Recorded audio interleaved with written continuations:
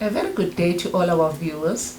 My name is Dr Nisi from Ashes to Beauty, A2B. In this month, we are still celebrating our public employees, the people of uniform. We have here today with us EMS, Emergency Medical Services. Ladies, a very good day to you. Hello. Please tell our viewers at home who you are and where do you come from. My name is Siphokuhle Mbokazi. I come from Johannesburg North. My name is Priscilla Nampumelelo Tabane. I'm from Joburg North. Thank you. It is indeed a pleasure to have you. When we speak EMS, we are thinking ambulances. When we're speaking EMS, we are thinking fire. Tell us more. Tell us more. We need to know who you are in our community and what do you do. The community know our uniform as the ambulance people. Right. So we are the paramedics, we have emergency care practitioners, and we have personnel that work in an ambulance that go out in the communities and help people. We also have the fire service, Which is when your requirement, you need to have both qualification. You need to have fire qualification and then you need to have an ambulance. Then we call you firefighter EMT.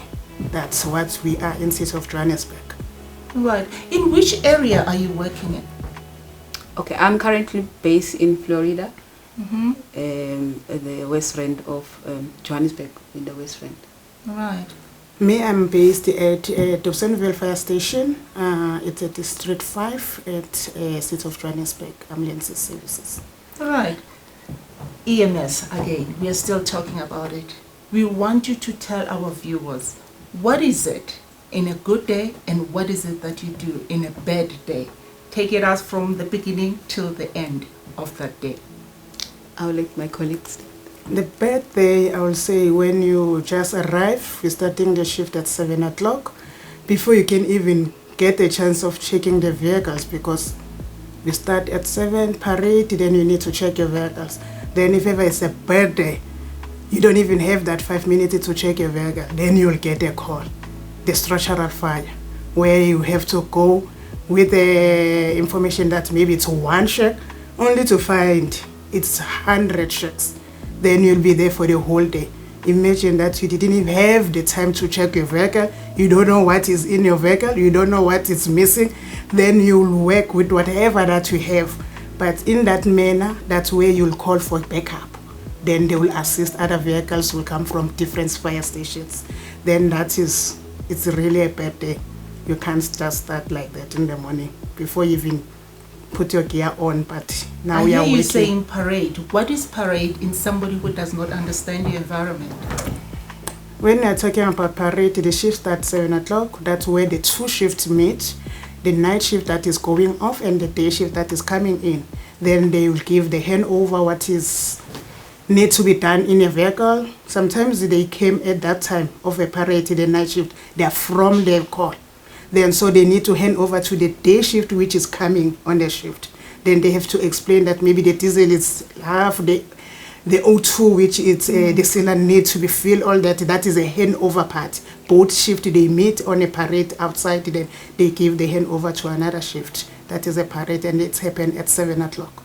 Every morning? Every morning, every evening. 7 in the morning, 19 hours evening.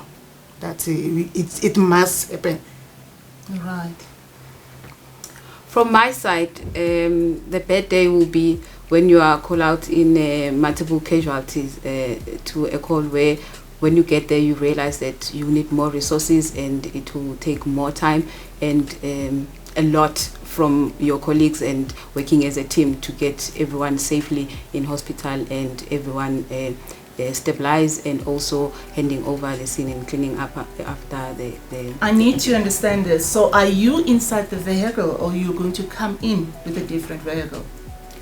So we have different levels as paramedics and we have different vehicles that we use to go to scenes. So we have an ambulance that will have 2 crews, medical crews. We also have a response vehicle which will have an advanced life support and there to be the paramedic that will be coming to assist depending on what kind of a scene is it. And we also have the multiple patients where now the bus that will remove multiple patients when you have a bigger scene. Right. This sounds very interesting. So now we've got this big fire and everybody is hurting. The ambulance come in and the firefighter come in. How does it all interact? How do you know this is my territory, I can do up to a certain level and then hand it over to the next person? Fortunately, we work as a team and we understand our good points and we know exactly what we're capable of. So my colleague here, they take care of the incident of the fire and they're taking care of stabilizing, as she will further elaborate. Then the casualties, the medical patients that are from the fire, are suffering from the burns, who are burn or inhalation burns, then they bring them to us. That's where we stabilize, take them into the ambulance and take them to hospital. Right. And in that matter, we work together as a team, as she already said. Let's put an MVA. MVA is a motor vehicle accident. The multi casualty where we will need the SEPs will be there, the GMPD traffic cop will be there, and the fire will be there, and the ambulances and the response car. Then when we arrive there, everyone already know what to do. There's a time that we, as a fire, we need to stabilize the vehicles. Then so in that vehicle that you need to stabilize, in that vehicle you need to cut. You will also need a paramedic inside of that vehicle to stabilize the patient. While I'm stabilizing the vehicle, the paramedic must jump inside to ensure that align the patient's body to minimize the further damage to the patient. Then the paramedic will climb in that vehicle while I'm busy stabilizing, while I'm busy cutting. We will be busy with the patient that must put the drips if we need to put the drips, but we need to do it quicker so that we will take out the patient. At least it's gonna be so easier when they're outside to treat the patient. Then so we do it in. What really helps is when we not having a scenario, we prepare. So we prepare for the worst. So we have drills. So we have a scenario, a played out scenario where we have a burning car where the fire service come and put out the fire and stabilize the car, and we go inside. So then you know when to take over. For me to go into a car, the fire department has to stabilize the car first, has to take care of the fire and take care of the hazards. So in that manner, when we really do have a big incident, then it's not we're not working for the first time together and we're not doing a new thing. We've practiced before and we work on other things before. This takes us now that it means there is a continuous development in what you are doing. I needed to tell somebody is sitting at home and saying, I want to dress up exactly like them. What is the first step to be taking that career in order to arrive at a destination of becoming an EMS? From my side, to become what is well known as a paramedic, you have to finish your matric first, grade 12. You have to be doing subjects that are related to the medical field. So you need the languages, which is English, you need the mathematics, you need life sciences, and you need physical science. And the other subject can add on to that. So once you've got that, then you can decide how long you want to study for, because we have a 1-year course, which is a higher certificate, we have a 2-year diploma, and we have a 4-year bachelor of emergency medical care. All right. To add on that, also on the fire side, you need to have the same subject to come inside as a firefighter. You need to have the maths and the physics and the life science. Yes, the English must be there, and you need to pass it with the, if I'm not mistaken, yes, you need to pass it with the. Then, fortunately, on our side, we still have the short courses. The Firefighter 1, we do have the Firefighter 2, which the Firefighter 1 is a 4-month course, and the Firefighter 2, I think, is a month course. At least in that fire site, you still have to train within the fire department. Unlike the medical, you need to go to institutions. More importantly is to have passion for the job. You need to like what we do. You need to love what you do, because there are days where you will not be able to do it if you didn't like it. You don't feel like it, they will say. In your good and your bad days, you must be able to go out there and do the job. So you have to like it. Okay. To add on that, it's a calling. Yes, it's a career, but it's a calling. As my What do you colleague mean by already, calling? as my colleague already said, that you must love. Okay. You must have that passion for what you are doing. Just imagine you are going in a house for a pregnant lady. She's about to deliver. She's screaming, pain. When you just came in that house, it's a mess because she's screaming. She's you know, when you are in a labor pain, you do everything. Others they vomit. Others they do whatever. Then if ever you don't love that, I'm telling you, you'll make a U-turn. You'll make a U-turn and say sorry, wrong. Yeah, this is not me. This is quite interesting to learn about what other public employees are doing. In all you're doing, how is your government assisting you to make your job better? We're still going to talk about how can the community assist you to make your job better. Because sometimes you go into the car accident, as you say, it's an accident and people are more there.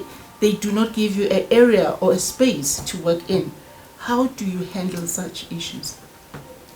With the support from government, Yes. for our side, I would say our government, our South African government is helping us a lot, especially for us that are working as public servants.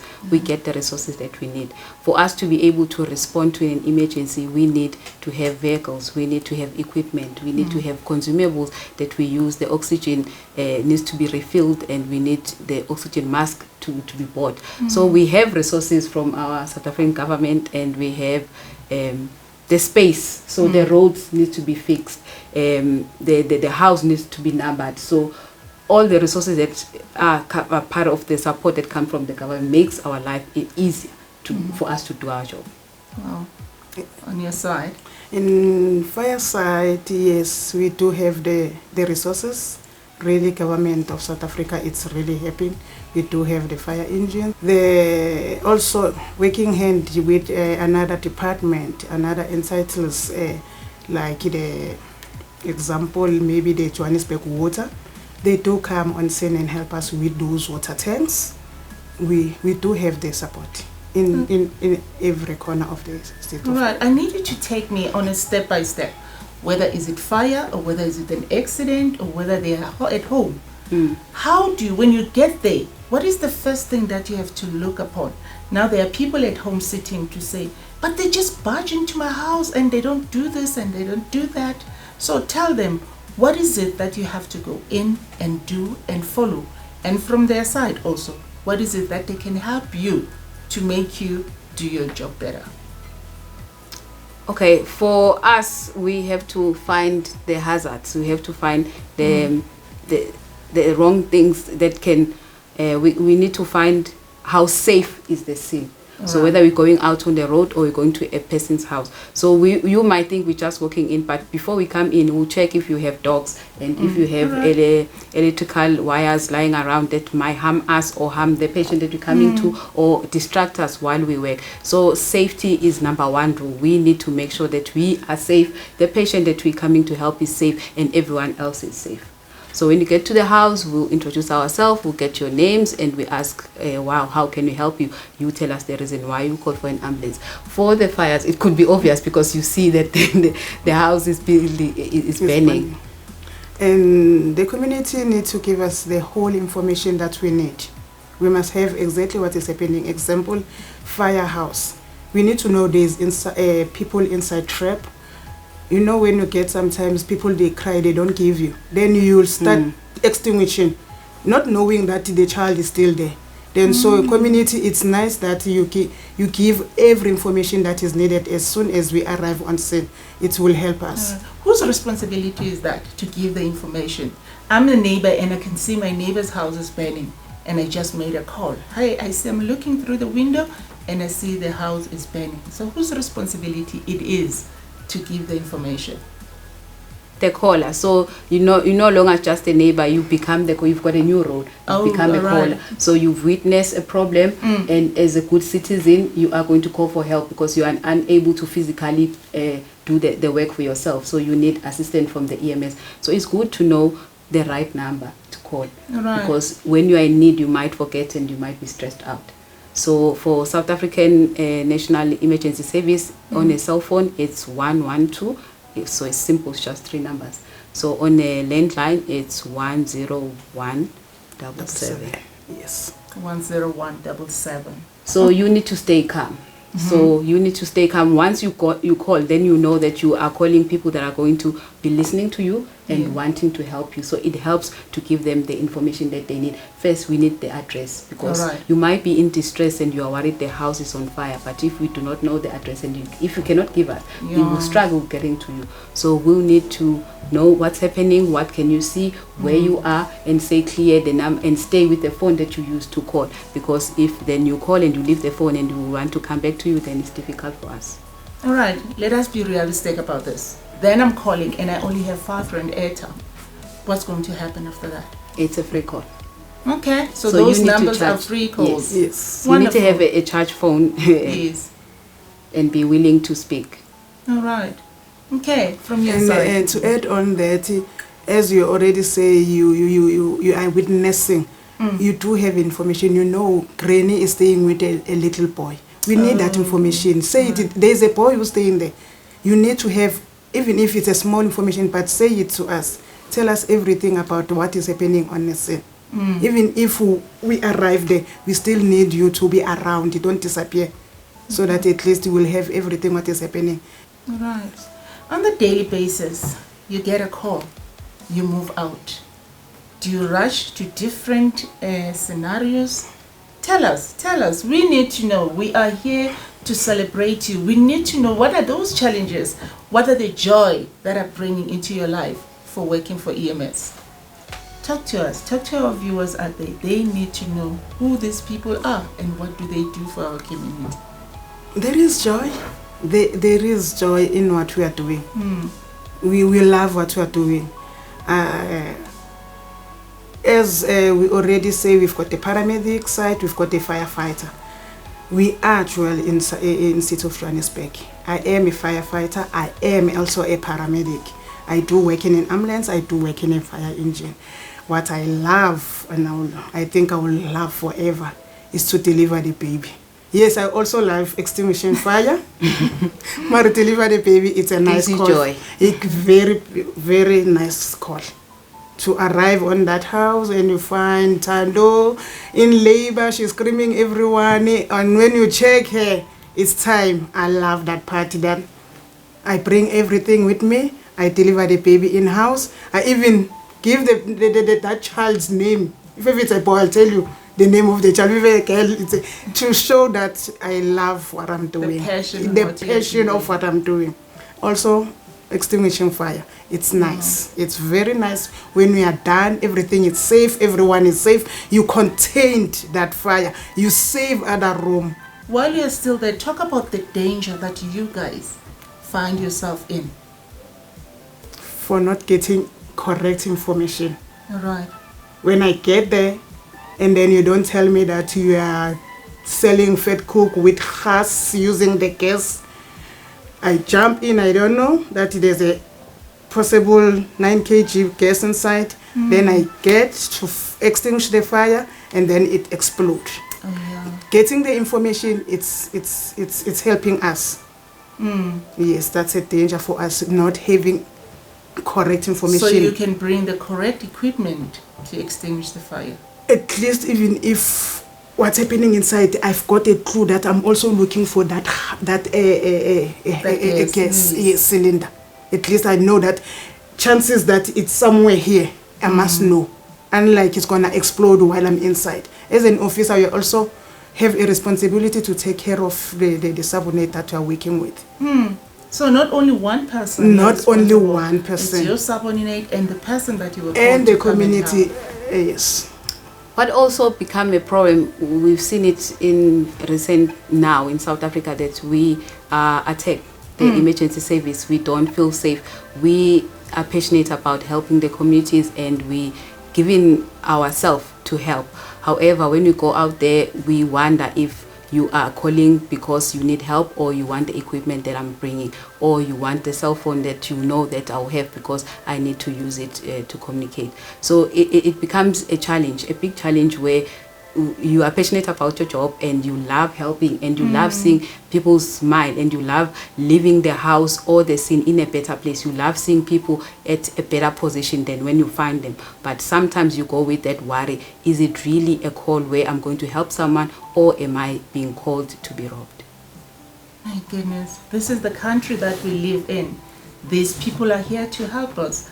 These people are here to make our life better. I'm still not done with you. I feel there's so much that you're doing. There is so much. You will see a tall, big building burning, and you guys are there.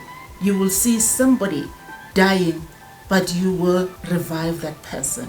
Tell us, our viewers are listening at home. They are sitting there wanting to know, how is it possible that these two young ladies are doing such? I think it takes the training also add on that. You need to be trained. When do you get training? Or how? Probably the when and the how is very important. Okay, let's start like you started at the training, let's say fire station, you start coming to that fire one and a hazmat. But when you're already employed, we do have the refresher courses. We keep on training ourselves almost every day. We do the drills, as my colleague has already said that we do the drills. Yes, then so the training is part of our living, because we need to constantly reminding ourselves about what we are doing outside there. It helps to be mentored as well. So as you are, I've mentioned that we have a higher certificate, we have now a diploma in emergency medical care, and we have a bachelor's degree. So while you are starting to learn about what and how to help a person, you also get an opportunity to learn the skills, and once you know the skills, safely practice them, then you are able to be mentored to go and work with the real patient. So we start very early with the training and the education, and it's continuous throughout. So we don't stop when we qualify and go and work. While we are still practicing, we get a refresher course, as you said, and also the updates. All right. COVID-19 entered in 2020. Nobody was prepared for it. We all just went along with it. Tell us, what is something new that you have done differently when COVID was not here? And how can you have somebody at home who will say, I have COVID and I don't even know what to do or where to go? Let's talk about this COVID-19 and how you guys can have somebody who's sitting at home and watching to say, how can I find myself in a better position than I am? Can we call you? Yes, you can. Right. The understanding of calling us, we are going to talk about it more on when to call the ambulance, because it's not everyone that needs an ambulance. Okay. So with COVID-19, what has changed is that now we all wear masks. So as we approach, we have to make sure that you're wearing a mask. If you are not wearing a mask, we offer a mask to you so that we can start finding out what's the problem. So what we know now is that you don't have to be too worried about having a fever. When you do get a fever, just understand that you might be having COVID-19, you might just be having a fever because you have something else that might be wrong with you. It could be just an infection that you might have. So not everyone that gets a fever is going to be having COVID-19. So what you can do to help yourself is to not to worry too much, to stay calm and get the information that we have on national media on how to stay safe and to keep safe. When you are not feeling well, then you call for an ambulance. All right. Then it brings us to the point of who is qualified to call an ambulance and for what? Do I just break my leg and I call an ambulance? Breaking a leg, it's a big thing. Breaking a leg, yes, that's one of the examples. So as we are emergency medical emergency, so you have to understand the emergency. It's a situation where you are unable to take yourself to a medical facility. Wonderful. So that's where it becomes an emergency. So if you just wake up with a headache, you can go and consult a doctor, you can go to the clinic. You don't have to wait at home for emergency. If you cannot walk, if you are too sick to walk, too sick to talk, if you are really severely injured that you cannot take yourself to. So we're not talking about hurting your finger. Yeah. So if your whole arm, your whole head, or you can't just lose a nail and call for an ambulance. Oh. Right. And to add on that, the COVID sign and symptoms, they are similar to the coughing or you've got a cough. It's wise that you also go to the nearest clinic. If ever you feel yourself, you do have maybe the fever and you're coughing, the clinics are operating 24 hours now. Use the nearby clinic before you can call an ambulance. As my colleague has already explained, you need to call an ambulance if ever you are in deep, serious emergency. When you feel like you cannot breathe, you can call an ambulance. If you can still talk, you go to the clinic. Right. Is there any last words that you want to give our viewers out there so that they can remember what is it that they need to know about you and what is it that they can help you to assist you in doing your job better? We take pride and we are passionate about our job, and we enjoy getting thank yous, even though we don't just do the job to get a thank you. It gives us joy when you leave a house and someone say thank you, because it shows that we've done a good job and we left them in a better state than where they were. And when we come and in a situation when we arrive, we are there to help you. We are there to work with you. We are there to take care of you. Then so to work with you, it will really assist us in a way. If ever a granny is sick, the grandchildren must be there to assist us and tell us exactly what is wrong, and then we will help you. Working together we can go forward. Thank you so much to our viewers. We had our public employees. EMS was in the house. We have learned, we have heard them. Let's respect them, let's love them, let's appreciate them. This is Dr. Nisi from Ashes to Beauty, A2B.